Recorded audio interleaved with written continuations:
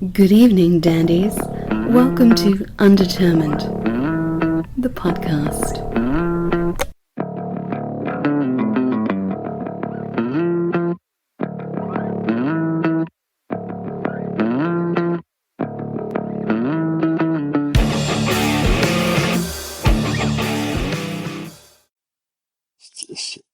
You want to play a game or watch something? There's no internet. There's no internet. Oh, yeah. Good. I'm glad. Don't connect right now. You can play Xbox. Play Twisted Metal if you want. And Yes. we'll just... Okay. Yeah. All right. Are we sucking up all your bandwidth at home? I kicked the kiddo off of whatever Roblox, Minecrafty adventure he was about to set forth Oh, on. man. Oh shit. Yeah. You're in I'm trouble, sorry. man. I I know know that we're in one. trouble. Yeah. We're probably in trouble. More so than him. How old's your kid? Theo, the kiddo I'm talking to is 11, August 30th. Okay. Mhm. Yeah. Yep. Yeah. That was Yeah. a knowing. Wait, Mine- let me quick funny story about Theo. I told him how proud I was of him 2 days ago when he told me that he would not try to clean a knife while he was on the unicycle. Nice. Yeah. Sounds pretty like good. a That's a big step. Very proud. For those who don't Good. know. That's Raise good. him right. Yeah.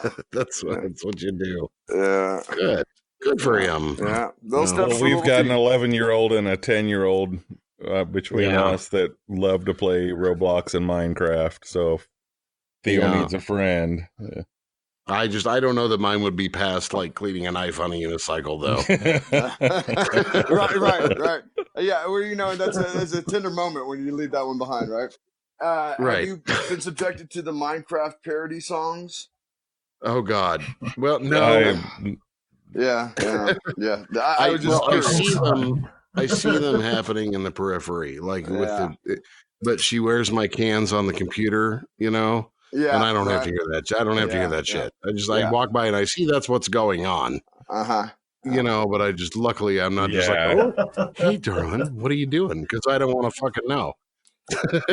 Right. You just walk away with a disgusted look on your face. I was just to say I know what's happening. I'm not paying attention. Right. Yeah. Do you understand Minecraft? Because John and I don't. No. Like it just, I don't. No. I play pinball, man. Yeah. Yeah. I mean, yeah, I kind of get it, but I don't. right. It's just my digging kid will spend and stuff. days on end if you let him doing fake manual labor, and I got the real stuff for you Right. all around the house. Right. Yeah, that's funny. Yeah. I remember. Drives me- I remember last Christmas time, my kid built like this thing in Minecraft. It was the big, sexy leg from Oh yeah, A Christmas Story. Christmas Story. Yeah. Yeah, it was like it's Fred 500 Goulet. feet tall, Yeah. and it was like all in 8-bit and built. And I was like, okay, in Minecraft, built like a big sexy leg In lamp. my And I said that kind of. Well, that's kind of what I thought. I was like, I kind of get what Minecraft is if that's what it is. But if that's not what it is, and you're just weird like your dad, then I can't help you. But I kind of get it if that's what it is. But if it's not that, I can't help you. Yeah, It's building suggestive furniture 1 pixel at a time. you're right. Right. And it still looks like shit at the end, when they finish. No matter how hard they try. So we are we say at the beginning of every episode we're terrible at introducing who we're talking to. Who are we talking to? You guys want to introduce yourself? No. We were going to ask you, actually. Okay, No, that's fair. That's fair. We can do that. I'm Matt, and it sounds like the police are at your door, so we might. Right. This is Michigan Street Life. Dude, This is a sting. That's crazy that you 2019. say that. I had to cut this short, but it's December 13th, 2019. We are talking to Godzillionaire. Yeah, Yes, We we've been looking forward to this. we have quite a bit, man. I really digging your new shit, man. So good. And newer stuff coming out soon too, right? There's like Been listening to like the Great Depression a lot, and some of the other tracks. But when's the new album dropping? Like the new album dropping? When's that going on? Tomorrow, actually. Wow! Wow! Breaking news! Yep. It's called 1 Million Days. Right No. on.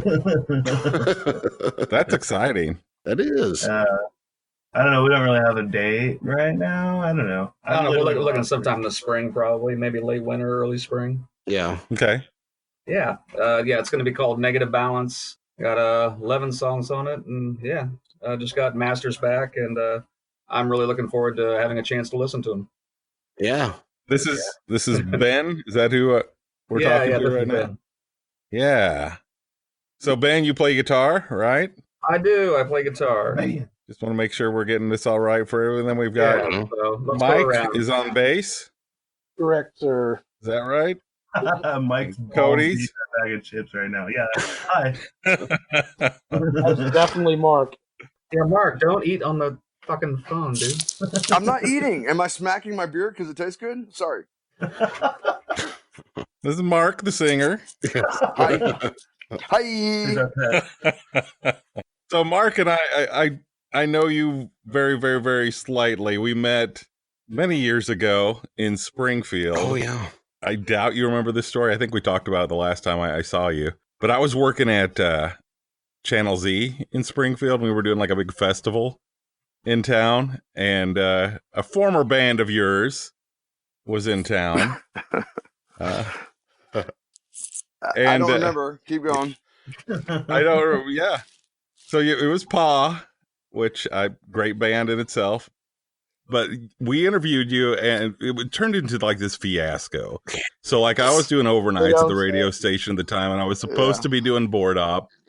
And the guy that was supposed to interview you guys wasn't coming into the studio, and your manager was like yelling at me that I had to get you on now, or it wasn't going to happen at all. And I'm like, well, shit, I guess I'm going to do this interview that I'm not planning to do. And so I get you, and you're nice, but you're also you were a little bit inebriated, I would say. Yeah. Occupational hazard. It happened.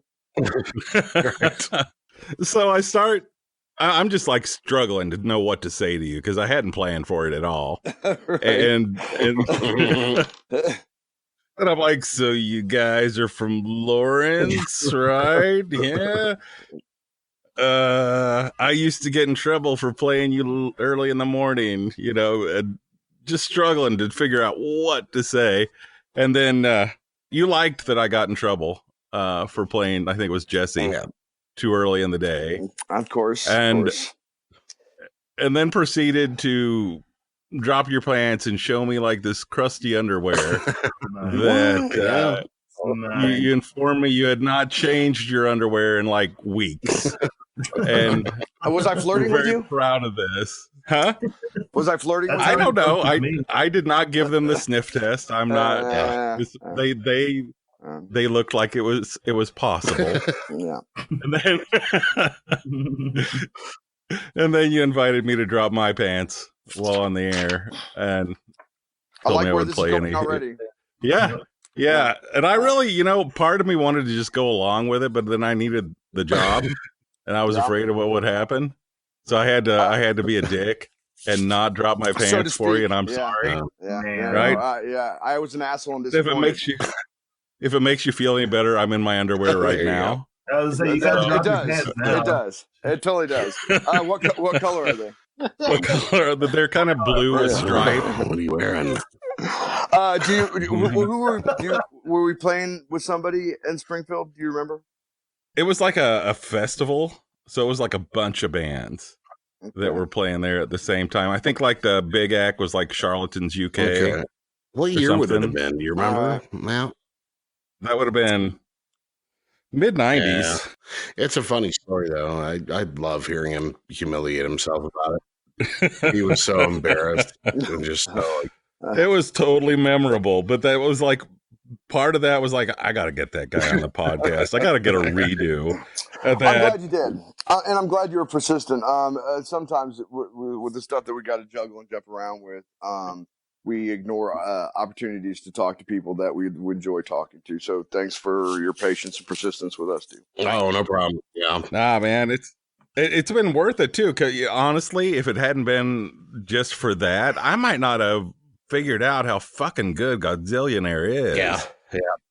You guys are awesome. Yeah, it's really good stuff. We're pretty excited. And if you're basing that off of Small Change feels so old now, and Great Depression is good, but this new thing, we agree as a band that, except I don't know, has Cody weighed in on this or not yet? It's the best thing that I've ever done musically. Yeah, you are. It's documented. It's the best thing I've ever done musically by far. So wow. Same. Yeah.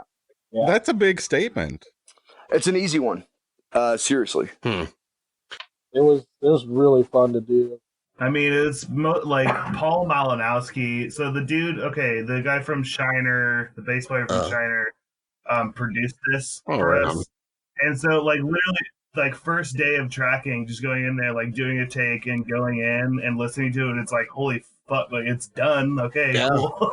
Like, we just kept spending more and more time on it. It was like, can't believe that, like, how much has gone into this album. Yeah. But but just basically shout out to Paul. Didn't we start it in last January and we thought we'd be done like in February? It was hilarious. Ouch. Yeah. Me and Ben thought it was hilarious. So where did you record at? At Paul's studio in Shawnee. It's a Massive Sound in Shawnee. Yeah. Okay. How did you all hook up? How did you all meet? I mean, you want to tell the story of how you first met? Was it love at first sight? It was. Oh, well, it was just like love at a 500 millionth site. I think, so how many years ago now? I don't even know. It's got to be 6, 7, 8, 9. At least. Ben? Yeah, I think we met around maybe like 2006, something like that. We had Mark's band 1950 DA and my band The Old Black played some shows together, and we just kind of became friends, and kind of a little mutual respect society. And when my band fell apart, we just kind of started jamming a little bit, and I joined 1950 DA for a while, and then when that went away, we just kind of kept playing, and it turned into this. Right on. Yeah, and if you guys are unfamiliar with the Old Blacks work, Ben's got there's something on Spotify, right? So good. It's on Reverb Nation. Oh, that's right. I've said it before, and I'll say it again. The way that Ben sings, the way Mike sings, I'm glad to have a job. I've made the joke a couple times now, but when you hear those guys, the voices, I mean, it's really. I don't know. It's cool. It's cool all stuff. The Bee Gees vocals is Mikey. Just so when you hear it, you're like, "What is that?" Mikey. It's not just Mikey. Ben White can sing a motherfucking harmony like a Bee Gee. That's true. Nice. Yeah. I've worked at it. Is there? I know that when we talked the last time, Mark, you talked about how excited you were that like there's a band that'll just they'll try anything. So I'm kind of hearing maybe a little bit of that.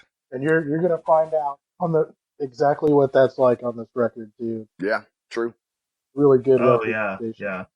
There's a fucking cowbell. Of everything that's told me.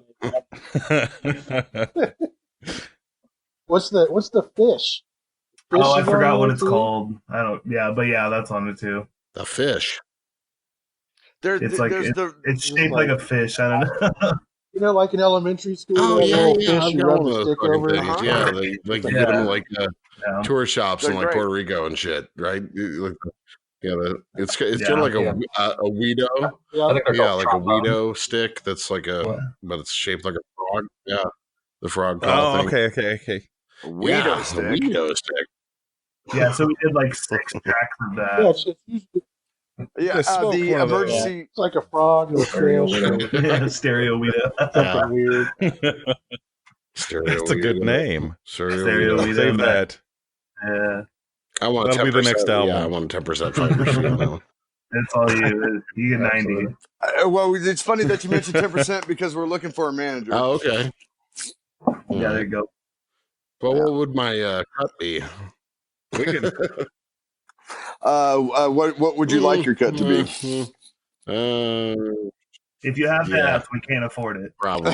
Have you heard about the farmer? He wins the lottery, and the people from the newspaper say, "What are you going to do?" He says, "I guess just keep farming until the money runs out." Yeah, that's pretty good. Yeah, there you go. And true. Yeah, that's I've got some buddies, and that's what we're doing: farm until the money runs out. Yeah, exactly. Yeah, I mean, I could probably, I could do it for nothing, but your results would probably be just as fruitful. We'll see. Yeah. Well, and then that reminds me that we're still looking at other applicants. Okay. 5 to 7. Thank you for your time. We'll let you know. Thanks. Just stay in touch. Yeah. Next week. See how it's going. Yeah. If you find a good one, let us know. We need a little help with our marketing game. Yeah. So. It's more fun to it's more fun to work on the art stuff than market the stuff that you do. Oh, it really is. It's hard too. It's hard to do that when you're trying to do everything else. Just it should be a job in and of itself. It really should.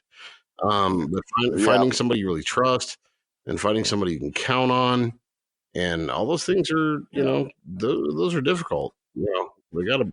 Yeah, and my oldest isn't interested in the job yet. I keep waiting to get him hooked on the band promotion and stuff, and it hasn't happened yet. Yeah, that'd be nice. Rope in the family. Yeah, I'm trying. Yeah, you don't have to pay them.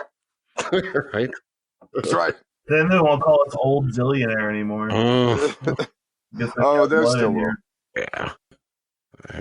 So have you been playing any of the new shit live? Yeah, a lot of this record we've been playing for a while. Yeah.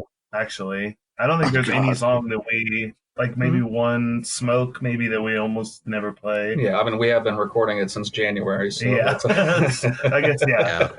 So a lot of our live set recently has been made up in large part a lot of the songs on this album. How's it testing out on the road? Yeah. Everybody digging it?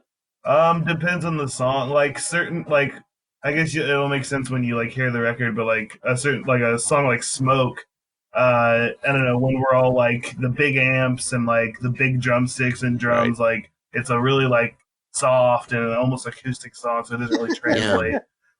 We still try and fail, but it just doesn't. No, I have a great time. Not recommended. Thanks, Mike. Paul, the guy at Massive. I do too. When we did Curly's wife at the record bar, and the guy who's the genius behind the engineering was doing sound at the bar, and we started up with for me what was one of the songs that made me feel like this was the direction, this was the next step forward from what we had been doing to what we were going to be doing, because it's the first song I think that I never even thought about screaming in, although I yell a little bit in it. Yeah.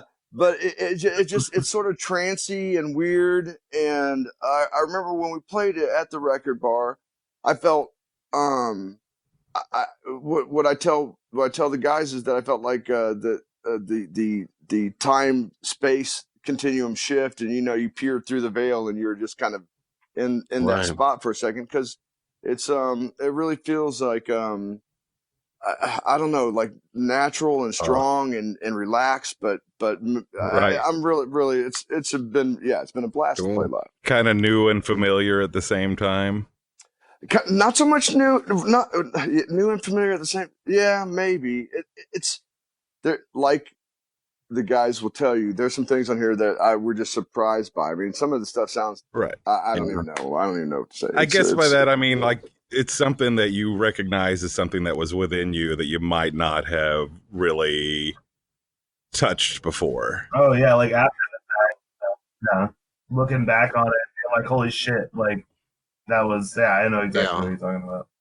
Well, it's been real collaboration, and that what we're saying, we're not afraid to try stuff with each other, like everybody from Paul to the people who were kind enough to come in. We've had some beautiful guest performances. James Savage and Allison Olassa and our friend Ziggy wrote a piano piece for the outro.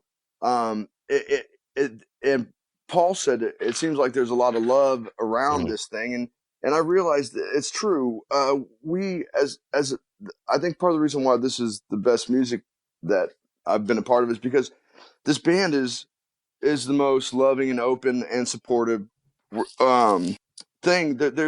We reach for stuff that maybe it would be embarrassing to not to reach for if we didn't feel safe with each other. I'm not even sure how to articulate it. No, that makes sense. No, I love that. Yeah, we practice naked. Well, sometimes. So I didn't go far enough with just the boxer shorts, right? I guess I should have gone. No, and I think you did. I think boxer shorts are. I think that's appropriate, depending on what you're. Well, I think kind of, and stop me if I'm wrong, but it's like the thing, and I've been in a couple of bands. It was a long time ago, so it's like it sounds to me like at least what you're doing isn't forced, and I hated doing that shit. It's not. You know, when you write a song or you do a song that is just a forced piece, that it's like this is going to fit in this slot. You know, this is going to fit where we play this or that, and it's just it feels arbitrary. Mm-hmm. You know, and and if you don't have that, and if it's organic, that's when it's the best. I mean, I think it's kind of what what you're communicating to me is that it's yes, sir, much more organic. You think much more together. It's organic's a nice way to put it. It's lucky that Ben records stuff because when we get together and we just goof around, our goofing around sounds good. The song "Smoke," which I think is sort of one end of the spectrum of this record in terms of being sort of, it reminds me of sort of beach yacht rock a little bit. Right. But as far as one spectrum goes, Ben played it. I think the second time we went through the song, we had the lyrics and the melody. We had everything except for maybe the bridge. The songs happened so quick that part of the reason this record will redefine the way we work from here on out is because next time we'll release stuff quicker because we have a process now that we understand and it works. But the space really let a lot of cool things happen on this, and I'm excited to share it with y'all. Cool. Yeah, I'm looking forward to it. Sounds amazing. Absolutely. I think that's the best music. Is just music that people are comfortable making. Right, and we've had several artists on, and you could kind of hear their story of, man, and I wonder if you, Mark, experience this a little bit, because you have a little bit of a reputation as having a certain sound or feel to what you're doing. Do you feel that expectation still, or do you feel like that's kind of starting to shed? I think this may be the best thing. I guess I do a little bit of expectation. I mean, I understand what that means, but I don't feel it because I'm my own worst self-critic. I really, I'm in argument with what I do, and I don't feel like there's expectations. I wrestle with the things I wrestle with honestly, and and singing and melody and lyricism is a hilarious thing to be obsessed with for 50 years, but I have been, and I'm not saying I'm like I got stuff figured out, but I've got a couple things figured out, and another thing about Ben and Mike, there's no ego with these guys, and they're just consummate professional musicians. They can do anything they want to, and what they do is real smooth and cool. It's not now Cody on the other hand. yeah, Cody, right? It's really fun and organic and loving, and I really feel like that leads to it being, that we could be prolific if we could just win the lottery to help keep the farming going on. Yeah, I hear that. Yeah. We do literally have a farm, though, just so everyone knows. We have a Patreon. You can donate. Okay, what are you growing? Rock and roll. Integrity farm. Yeah. It's getting there. It's medical rock and roll and imaginary. Growing man. Hemp. Yeah, you could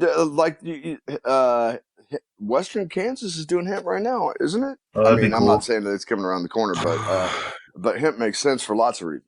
I think if you go a few miles off I-70, nobody's going to know what you're doing there. That's at all. true. You know, at all. I don't know. I don't know. I love your banner, by the way, on your website. Kansas is fuck. That's hilarious to me. I saw that and just laughed out loud when I loaded it up on your website just the other day. One of our early band names that we considered for, I don't know, 2 seconds. I don't know, was that yours, Mike? Canzanistas? Yeah. Yeah. Right on. Yeah. That at the very least should make a good T-shirt. You probably sell that all around Lawrence everywhere. Yeah, Canzanistas. That's fucking funny. Yeah. We're proud Kansans. I think the second song about Topeka is on this record too. Okay, right on. Yeah, it's always been. I've never had a bad time there. I stay there a lot as I blow through there to Colorado. I'm sorry. Yeah. I'm the enemy. I'm from Columbia, Missouri. So that's not. Yeah, that's. I completely forgot we're supposed to have like some bad blood in this, aren't we? Well, Isn't that like the whole I've thing? seen your T-shirts. I've seen your Muck Fazoo. That's not my Muck Fazoo. Right. I didn't even know what that meant forever. I've seen your red legs hanging in your windows. I know what's going on. We don't like those people. To be fair, I've told John, because I kind of fall in the middle. I've lived in Columbia, but I lived in Kansas City too, and that's where I am again. And I've spent a lot of time in Lawrence, and I was like, dude, you'll fucking like Lawrence if you go there. I think the most important thing is that everybody, on each side of the imaginary line maintains a feeling of superiority over the people on the other side of that line. Right. Exactly. That's what's important. Absolutely. Particularly as regards to college athletics. Right. It's a border war. Right. Unless we're talking about Johnson County, and then that's just a different story. For even Kansans, everybody can unite in hatred. Yeah. Only locals will know what I'm talking about. You know what I like? I like to have an alarmer to remind me so that I don't leave my garage door open for more than like 10 minutes. At the expense of my neighbors. Right. Well, I think ultimately it comes down to the fact that we're all Midwesterners and we need to stick together because those coasts are working against us in a lot of ways. So Edgar Casey was a psychic who had a dream about being on the beach in Nebraska. It's that's interesting. You think that's going down? It's not a question of if, it's a question of when. Okay. So we're going there then. All right. Well, that kind of brings me back to one thing. This is Friday the 13th. So I think that kind of ties in really well with Friday the 13th. The prophecy. Yeah, it's coming.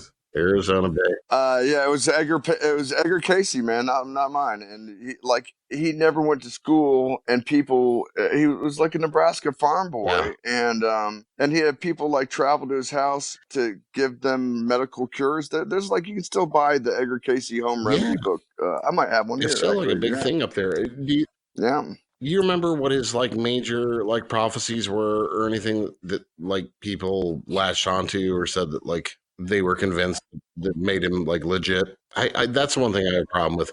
I know a little bit about the history of him, but I often forget those. I think the thing that suggested some legitimacy on his part is that some of the home remedies that he suggested, so the medicine, actually there was some sound there were some sound ideas behind it. The cocaine works. Sure. That's Freud. Uh-huh. That one was true. Yeah. The heroin. That works everywhere from Nebraska to LA apparently. But they're all around. I'm looking through my bookshelf right now. See if we can find it. That's the reason I saw it. Yeah, it was a big deal. I mean, I can remember that even when I was growing up, and my father was a minister, but he talked about Edgar Casey. That's how I know about him too, because my dad was obsessed with Edgar Casey. Huh. That's exactly why I know his name. Yeah, my dad was too, and he was and he was a minister. He came from and a minister. Yeah, he was a minister. He came from kind of a how did we explain it? We called ourselves non-denominational Pentecostal root. So yeah, nice. I mean, we had drums in our church anyway. You know, if that's one way to put it. People spoke in tongues, shit like that. Do you have a strychnine on the altar? No, we never had a Kool-Aid party. No, yeah. The only thing is just a few rattlesnakes. Yeah, no, we didn't do that. But we couldn't have Christmas and Halloween. That's one thing that fucking sucked. I mean, we couldn't like do any of that. But you know, it was not every week. But no, it's like the pagan aspect was a problem of those things. But I do remember it was just so odd that my dad was as devoted as he was, but then still like would Edgar Casey, I don't know, that guy.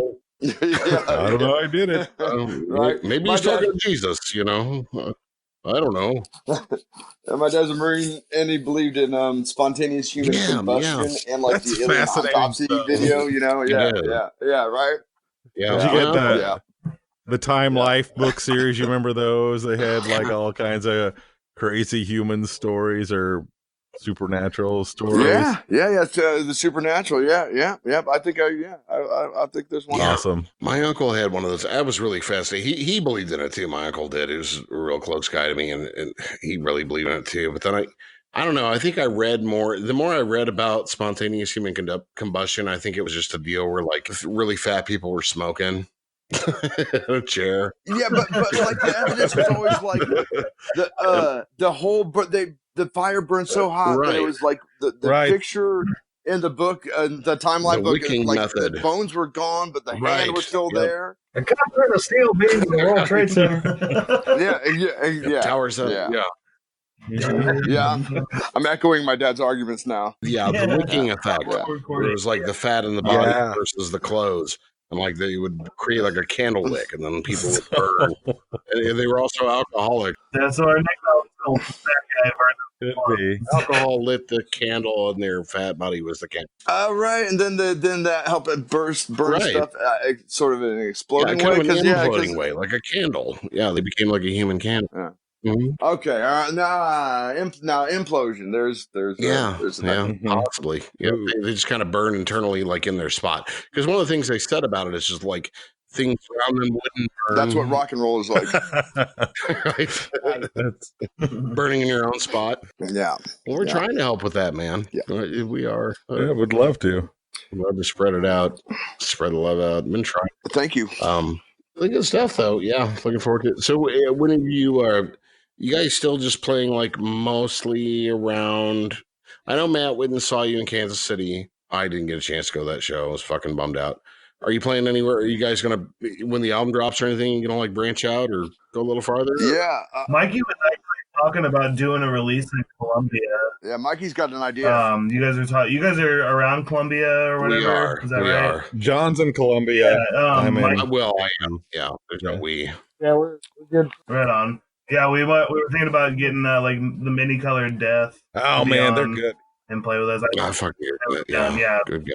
By the way, if you are listening to this and you do not know the mini colored death is, you have to go look it up right now. Yes. Like pause the podcast right now. We've got them scheduled at some point, like loosely scheduled, but they're supposed to be coming on here. They're supposed to be coming up. Hey, if we're plugging local bands, then put the Soil Doves and Migrator on there too, because those are people we talked about playing with. Yeah, we're all about pimping the local stuff. That's what we're trying to do. Yeah, good stuff. The Midwest is kind of fucking killing it with like harder rock. There's bands. some good like, stuff. Maybe I haven't been paying attention for a while, but like there's all like especially Kansas City, there's fucking Hyborian, Bummer, like Soil Doves from Topeka, and like all kinds of lords. Awesome, it's just you just like look up every once in a while and you're like, fuck man, there's like a lot of really good bands around here. Yeah. We just had Sean and Andrew from Red Kate on. Yeah, love Red Kate. The nicest dudes. Oh yeah, they were super cool. Yeah, fucking love them. Yeah, those guys are the best. I love how punk are just really nice now. Sean can be a little angry, but he's the kind of angry that I love. It's fucking adorable. It's just like, oh my god, thank God there's still punk rockers, like real fucking punk rockers. Amen. Yeah. You know, I'm glad you said punk rock because I agree. I think that's a weird a weird quality to be able to name, but Red Kate is still fucking punk rock, hard, man. Absolutely, straight down the line. Absolutely. Agreed. That's what and legit punk rock. It's not, Yep. That's what I tell people. I'm like, you're gonna look for a hardcore punk rock band that's still Midwestern. Red Kate is still doing it. Check them out. No, they're so great live too, man. They do not let up. Once they start, it's just bang, bang, bang all the way through. That's great. They're like polished but not glossed, if that makes sense. Yeah, it's like a tightness rather than like good stuff. Fuck yeah, Red Kate. Fuck yeah, Red Kate. Yeah. Yep. Also, it's okay. Stop the podcast again. Go check out Red Kate, and then come back and go check out Bummer. Okay. We need to set up like a links page on our website. For all the people that we want people to listen to. Just a picture of Kevin Bacon. Or just guests that we've had. Yeah. Picture of Kevin Bacon and be like, degrees of separation. I mean, well, that's how it starts, though, in a lot of ways, because we're just, we talk and, Matt and I, we talk about bands we've listened to, heard, met. It's like, ooh, and one will spark another, and yeah. You can go for hours. Oh yeah, absolutely. And I think it started with you guys, and that's where we kind of went down the path of Black Site. And those guys was just like, it started with you, but then you guys were like, we'll talk to you in 3 months. Yeah. Have you guys that's pretty quick turnaround for us. I get it. I absolutely get it. So we're glad to have it. You mentioned Black Site Records. Are you guys familiar with Headlight Rivals also? Yeah. Yeah, okay, cool. We got 7 coming up. I should ask, have Headlight Rivals happened to you yet? I have not seen them live. No. Yeah, that's particularly for your case too, Cody. Yeah, I don't know if I can say that band anymore. Well, let's hear about that shit. What's going on with that? I can't I don't know. Me and Eric just get real good into giving each other shots over and over and over and over and over. Very, very bad for each other. I don't know how many more times I can turn 21. Fuck. Very bad. Jesus Christ. I can see that happening.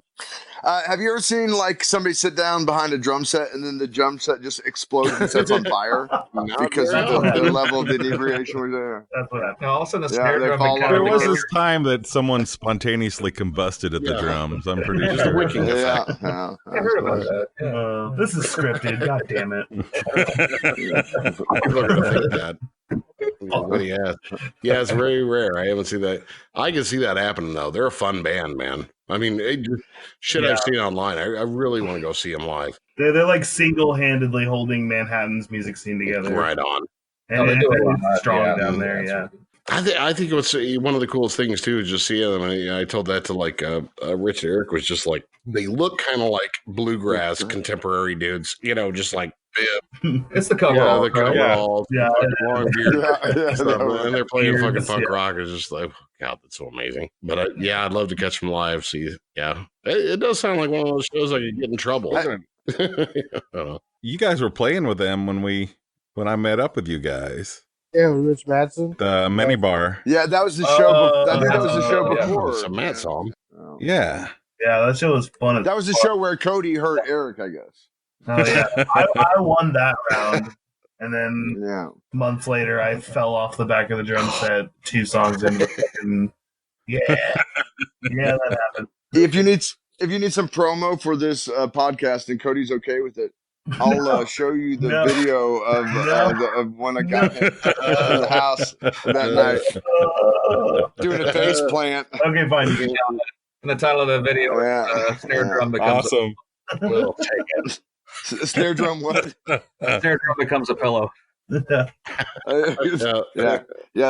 America's Funniest Home Videos, that's the caption is.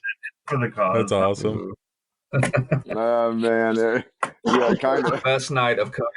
I had a balloon show the next fucking day too. No, it was super smart. And Mark came to the show and was like, "You want a shot like between songs or something?" I was like, "No!" I didn't even realize he was there. Whatever. I was irritated with Eric more than with you, but whatever, you did the same thing, and I showed up after having a little nap because I had been running, and Ben looked at me and said, "Don't expect to play tonight." And it's like, we're not really playing tonight. I said, "What?" I die inside every time I think about it. Smile and go. Memories. Smile and wave, boys. Smile and wave. Yeah. Best memory. So, Mark, dude, one thing I want to talk about too, though, with Mark, and I don't know how big of a thing that you want to make of this or mention about it, but man, you're a poet, a writer. Oh yeah, right? Yeah, poet.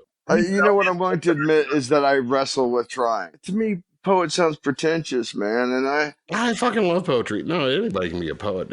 It doesn't. Well, I mean, it's just not the same to me. I can see where you think that. It just, things that Ben. I think when we sort of there was a point where when we started off where the music hadn't come together, we kind of hadn't realized what we were going to do, and we kind of asked each other whether it was worth going forward, and we agreed at the time that we weren't interested in being ironic or cute, or just clever. Whatever. We just wanted to do the thing. And as somebody who thinks about it, I have a philosophy behind poetry and behind lyric writing, and it's perverse because it's overread and slightly overeducated. And it's always about boobs. Oh yeah.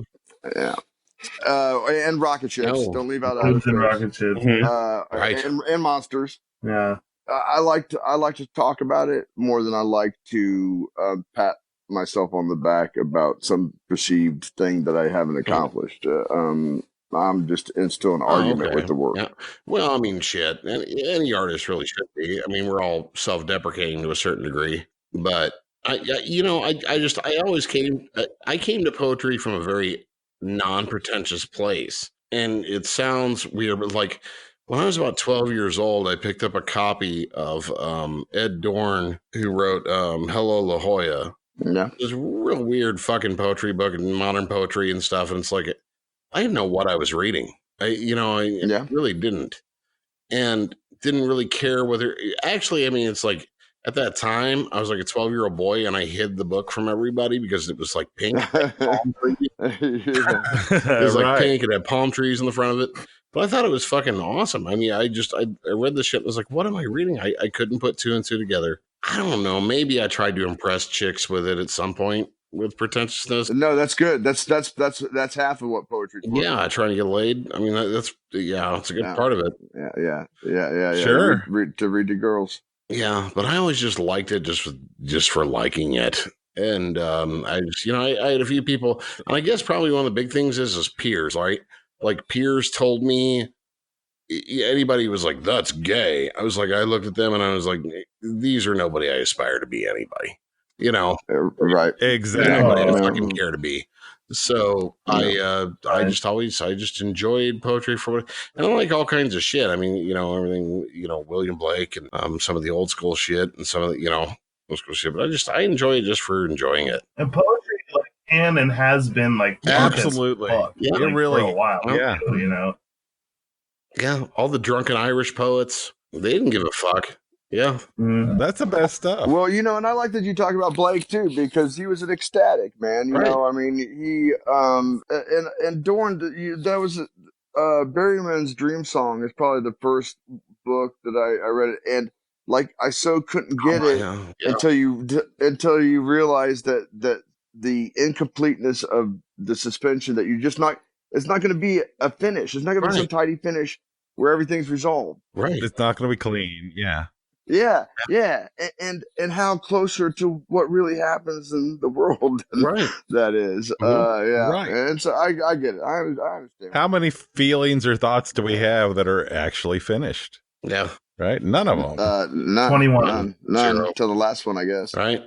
Right. Good way to put it. Yeah. But yeah. Well, I'm not going to forget that you promised me a copy of your book because I can't fucking find it. I'll be happy to send you. One of each. All right. Right yeah, because I think the last one's better than the first. Okay. Cool. Well, I'll get you an address and shit like that. So, Mark, what's your latest? Is that Airport Motel or whatever it's called? That was the last one. I like that. Audiobook. Oh, it has an audiobook? You should. Oh, yeah, you should do an audiobook. Yeah. I'm telling you, especially if you read it yourself, people will dig that. They really will. Yeah. I'm going to wait for my dental prosthetic to come in before undertaking that. You joining the Pogues? Is that? Man, okay, so I teach high school kids, and I have an unfortunate dental situation due to stupidity in a number of regards on my part. Yeah, I am currently without bottom teeth. I have taught speech to 8th graders with missing my 2 front teeth, and once that happens to you, like everything until like the fiery end to me is pretty much like I'm okay. I don't panic. Right? Yeah. Trial by fire, right? Yeah. Trial by fire. Yeah. Oh, that's interesting. Well, shit. Maybe I should pay for your book and help you get at least a couple of teeth. How much do you think teeth cost? They're expensive, dude. Well, the partial coming in, yeah, right. They're not cheap. No, they're not. Who's your teeth? Luxury bones. Yeah, luxury bones. I'm happy. I feel like it's like a boat, like a bill for like a motorboat. Like nobody wants to look at it. I'm happy to send it to you if you want to read it. Oh yeah. No, yeah, fuck it. I'd love to read it. I'd love to read it. Yeah, and I will not turn my nose up at people say, "Oh, I read Mark Hennessy's book." And thank you, and I appreciate. I think from where I approach the things that we're doing together, and particularly here, like when Cody just said, "What's the last thing that you did?" I should say negative balance because the lyrics on this record, I don't hate them. You know what I mean? Like right. I feel like I feel like there's a couple things where I got a couple things right. Yeah, and that's the most satisfying kind of poetry. Yeah, Ben said to me, his other band, the Vedettes, is real good talking about local shout outs. Yeah. And I saw them play recently, and he goes into this, I don't know, maybe it was 2, 3, 4 bar solo, but it was just, it was beautiful, it was kick ass, and it was real simple. And I said something to him about how I admired it, and he said, it's like, I learned how to play less. Yeah, that makes sense. And I've been thinking about that a lot lately. Yeah. And it's sometimes the stuff that looks easiest is got the nicest, sharpest edge to it. And I'm interested in doing that lyrically. And I think I came closer to doing it with negative balanced lyrics than with the last thing I did poetry. But it was in a position of strength because I'm operating with my brothers who are collaborating with me and who are co-authors as much as anything. Mark, you can't see but my rock fist is up in the air right now. Amen, brother. Yeah. Rock on. Cody? Just talking about the lyrics and everything like that too. One of the things I was just happiest about after kind of like, being able to take a step back and listen to the lyrics as a whole is like, one of the major themes of this album is just, love, like in all its forms, and like from the painful side to the rapturous side, the whole thing. So I was really impressed with what Mark put together for this. Yeah, they gave me a shiver. I'm getting really excited. If you feel the need to send an advanced copy to anyone, please let us know. So part of what I was about to say, and I think all of this kind of ties into it, is when you were talking a little bit earlier about still kind of fighting with your poems or things that you've written, and then tying that into the whole band experience. I think sometimes maybe the nice part about being around that and having that around is it's almost easier to trust other people than it is to trust yourself or your own stuff. So when you have like this environment around you that you really trust, and you see that all these people that you're really trusting are really trusting you, it becomes easier, I think, to trust that environment. Does that make sense? Absolutely. We all have Ben. I don't know what Ben has, but we all have Ben. I don't know what Cody's babbling about, but my relationship with these guys makes me a better man. No, but I can even kind of feel that just even listening to the stuff that I've heard before. Right? There's like that cohesion there that it's really nice. Yeah. Well, and plus the less is more comment too makes a lot of sense to me. Just listening to even your older stuff, it's just like I listen to a lot of stuff, just like real hard driving riffs and shit, and it's like, yeah, they could have added a little frill in there here and there, but they didn't. And I'm so glad you didn't. Yeah. You know, because there's so much. That's muscle. There's so much shit coming at you everywhere. You know, from every direction. It's like we don't need that little the little added trill and shit gets lost in the ether anyway. And what you hear is the drive. And that's what I've been trying to say as I'm pushing this to people, you know, friends I know and shit. Just like, you've got to listen to these fucking riffs. I mean, they're fucking amazing. Sorry for all the fucking, but yeah. Thanks, man. We speak French. It's fine. So, well, and this kind of brings me back to when we talked to Mike Silverman. Yeah. A while back, he has this awesome story, and if you get a chance, go back and check it out. We've got an episode on it. Oh yeah. He told us this great story about getting to meet Tom Waits, and they were going to bring him in to play bass on Tom Waits. And, you know, he's known for like the magic pipe, but he's also just incredible, just stand-up bass player. And so he got called in to do some studio work with Tom Waits, who's just a huge hero of his. And he just tells this whole story of just getting to that point. Like, he hadn't played his stand-up bass in years, but he gets that call and like, of course I'm gonna be there to do this, and going through all this and being thankful actually in the end that he hadn't played it in years, because he would have been too tempted to show off. Yeah. And he needed to keep it simple. Right. Yeah. That's totally why I don't practice enough. Do you have any Tom Waits story? We have to ask everybody. Besides loving him, I've never encountered him. Yeah, I'm never lucky enough to see him play. What's your favorite time you had brunch with Tom Waits? What's Tom waiting for? Metaphor suggests it's God. Godot. The piano's been drinking. Not me. Oh my God. I can do it. I can do it Tom Waits. I can. I got the baritone. The piano has been drinking. Like when it gets hard. Can you do like a Tom Waits song and a Gilbert Gottfried? The piano. No. It's been clinking. Yeah. Oh, I was going to bring up they come knocking. We hadn't really talked about that. The cat who put us in for that they come knocking thing.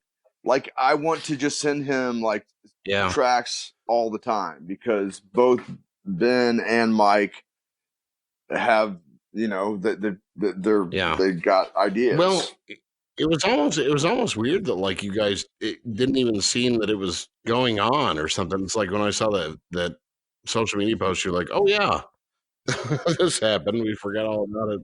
I didn't know it was happening. That's our specialty, is to have cool stuff happen and tell nobody about it. Right. That sounds like us. Yeah, that happens sometimes. Yeah. No. I'm trying to remember what you were telling me, Mark, about like a project or something that he had come up with, and it was a really weird concept. I was telling you about negative balance, bud. Theo, stop bouncing that ball, bud. I think. Yeah, right? we talked a little bit about that, but there was like a movie script or plot that you were telling me about. There's, okay, so if you go to Vimeo and enter Adam Mason Masonic Film, his reel will come up, as will I'm Just Fucking With You and They Come Knocking, the two things he did for Into the Dark, as will the video that he made for Absolute Zero, which was kind of the way he introduced himself to me. I got a message from a guy who said, would you mind if I made a video for one of your songs? I said, no, of course not. That's awesome. Please let me see it when you're done. And I was expecting sort of more like something made out of enthusiasm than skill. And the thing he sent back made me realize he was some sort of, that he was for real, and was blown. It's beautiful, the thing he made for the song. And he's been a wildly a friendly and enthusiastic collaborator, in some degrees to my surprise. But he's filmed a short story. He told me he's finishing it, working on now. I might been telling you about? The guy who clones himself, so he can hunt his clones down and kill them. That's crazy. I've had a couple cool opportunities because of this cat who is a fan, and who's been super generous with his like making a video for us for free. Cool. I mean, the video is beautiful. Check it out. Wow. Night. Well, we'll have to check him out sometime. Maybe you think he'd want to come on? I bet you he would. You know, his early stuff is all like super grisly horror. He's kind of famous in the horror community for a movie called Pig. But he's also screenwritten for Anthony Hopkins and De Niro. Holy shit! Wow. Yeah. I didn't know he did. I fucking love that movie. Well, no, so he does screenwriting. He does. Okay. So check this out. And I started watching it again today because I'm getting towards the end of my semester. But he did the last Alice in Chains record as a sort of like multi-parted single line story about aliens in Los Angeles preparing for like some ship's arrival, and each segment is told through like one of the Alice in Chains songs. Yeah, and you can see it. It's super cool. And you can see the at least the first half or rough sketch of Kill Clone on there, which has been like you hear cool. you hear GTFS in there and stuff that we collaborate on, and so that might have been what I was telling you about. Yeah, I like that. We'd love to get a filmmaker on too, just in general. We're big film heads too. This guy's super cool. I'd be happy to try to send introductory materials or that'd be great. That'd be awesome. Yeah, we'd love to. We're wanting to branch out a little bit, get something a little bit different. I'll throw some screenplay ideas his way. I got a good one. He'd be the guy to throw. Really? Okay. All right. Well, do we want to wrap it up, guys? Yeah. Thank you for what you're doing with local music, and I don't want to say I'm one of the things that we're talking about tonight is I at some point realized like the gift of being able to play music with the guys at the level of these musicians are, and like have that be sort of a regular part of my life. What a wonderful gift that is. And to some degree, that couldn't take place if there weren't people who expressed interest or reached out. And so self-deprecating, it might be an attempt to be polite, but I do appreciate it, and I'm psyched to have spoken with y'all, and I appreciate your. Oh man, we appreciate you too. Absolutely.